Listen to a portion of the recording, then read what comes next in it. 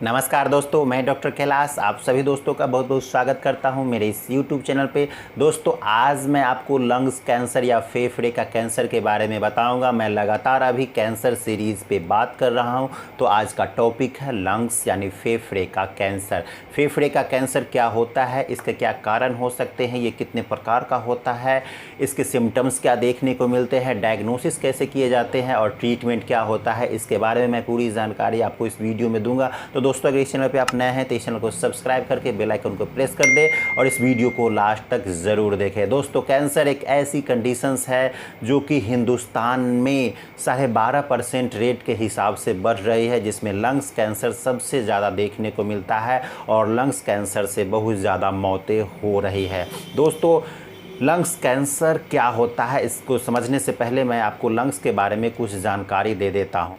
दोस्तों हाँ, लंग्स हमारे थोरैसिक कैविटी में पाया जाता है। राइट और लेफ़्ट साइड में स्पॉन्जीनीमा होता है और त्रिकोण के जैसा होता है। मैं आपको एक पिक्चर लगा देता हूँ फेफड़े का।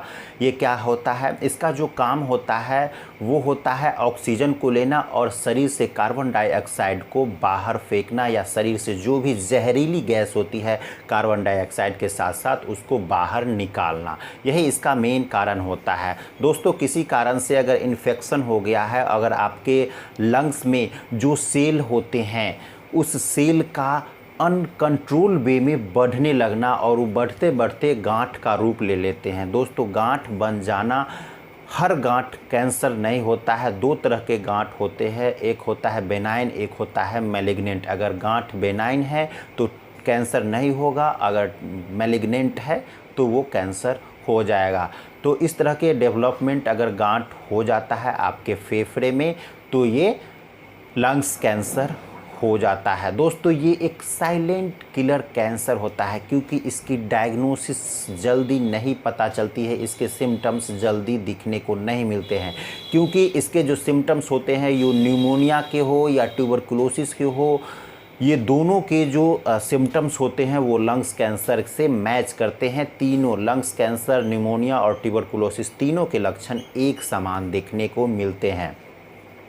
दोस्तों अगर हम कारणों की बात करें तो लंग्स कैंसर का कोई स्पेसिफिक कारण नहीं होता है, लेकिन कुछ रिस्क फैक्टर होते हैं जो रिस्पॉन्सिबल होते हैं लंग्स कैंसर को होने के लिए।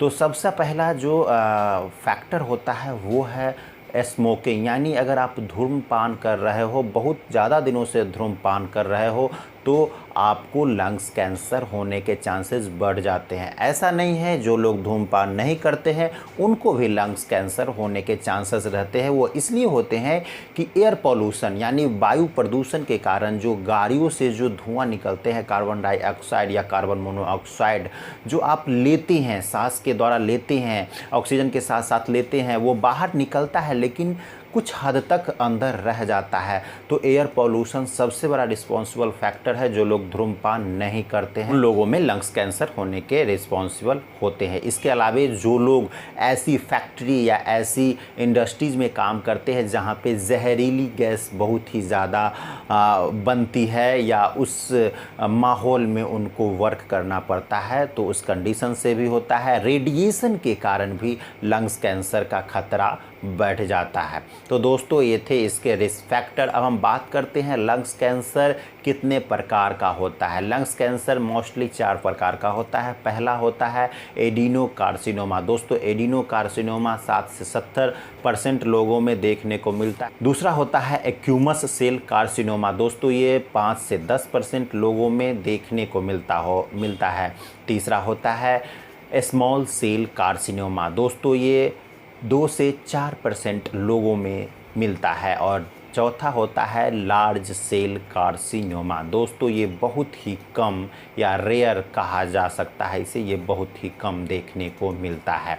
सिम्टम्स की अगर हम बात कर लेते हो तो सिम्टम्स में ट्यूबरकुलोसिस, न्यूमोनिया और लंग्स कैंसर तीनों का सिम्टम्स सेम होता है। इसमें सबसे पहला जो सिम्टम्स होता है वो होता है कफ यानी खांसी होना। खांसी के साथ साथ आपको हेमोप्टाइटिस एक कंडीशन होता है। खांसते खांसते आपके मुंह से ब्लड आने लगता है। आपका जो बलगम होता है, बलगम का कलर चेंज होता है, कभी ब्लड आता है, कभी ग्रीनिश होता है, कभी येलोइश होता है, कभी वाइटिश होता है।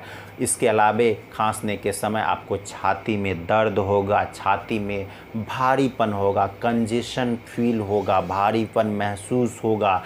इसके अलावे आपको ब्रीदिंग प्रॉब्लम होगी, शॉर्टनेस ऑफ ब्रीदिंग, सांस लेने में प्रॉब्लम होगी, दम्मे के जैसे आपको सांस लेना पड़ता है और खांसी बहुत दिनों तक बनी हुई रहती है। इसके अलावे आपको अनवांटेड वेट लॉस होने लगता है, फीवर हो जाती है, थकान हमेशा बना हुआ रहता है। तो ये थे इसके कुछ सिम्टम्स। अगर हम इसके डायग्नोसिस की बात करते हैं तो इसमें चेस्ट एक्सरे करवाया जाता है। इसके अलावा इसमें सीटी स्कैन, एमआरआई करवाया जाता है, सीबीसी करवाया जाता है, स्पूटम टेस्ट यानी बलगम की जांच करवाई जाती है और बायोप्सी की भी कंडीशंस अगर आती है तो बायोप्सी भी करवाई जाती है। दोस्तों, इसके ट्रीटमेंट की अगर हम बात करते हैं तो ये लास्ट स्टेज में पता चलता है, क्योंकि फर्स्ट स्टेज में इसके सिम्टम्स कुछ इस तरह के निकल के नहीं आते हैं जो कि आपको पता चले, क्योंकि न्यूमोनिया का सिम्टम्स एक ही होता है, ट्यूबरकुलोसिस का और लंग्स कैंसर, तीनों का सिम्टम्स एक दूसरे से मिलते जुलते रहते हैं और तीनों में डिफरेंस करना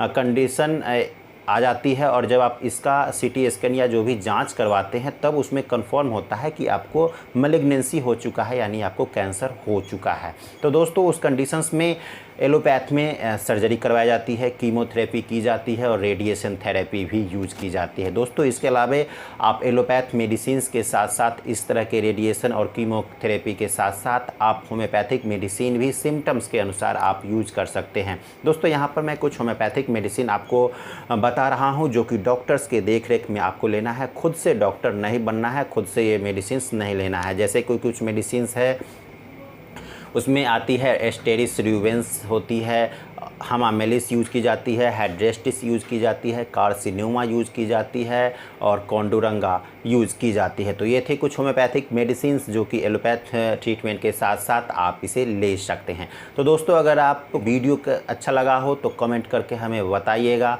चैनल पर नए हैं तो चैनल को सब्सक्राइब ज़रूर कर दीजिएगा और इस वीडियो को शेयर ज़रूर कर दीजिएगा।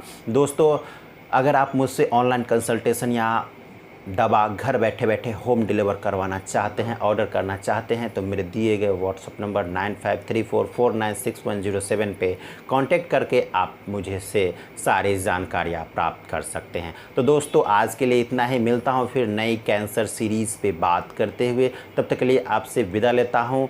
धन्यवाद।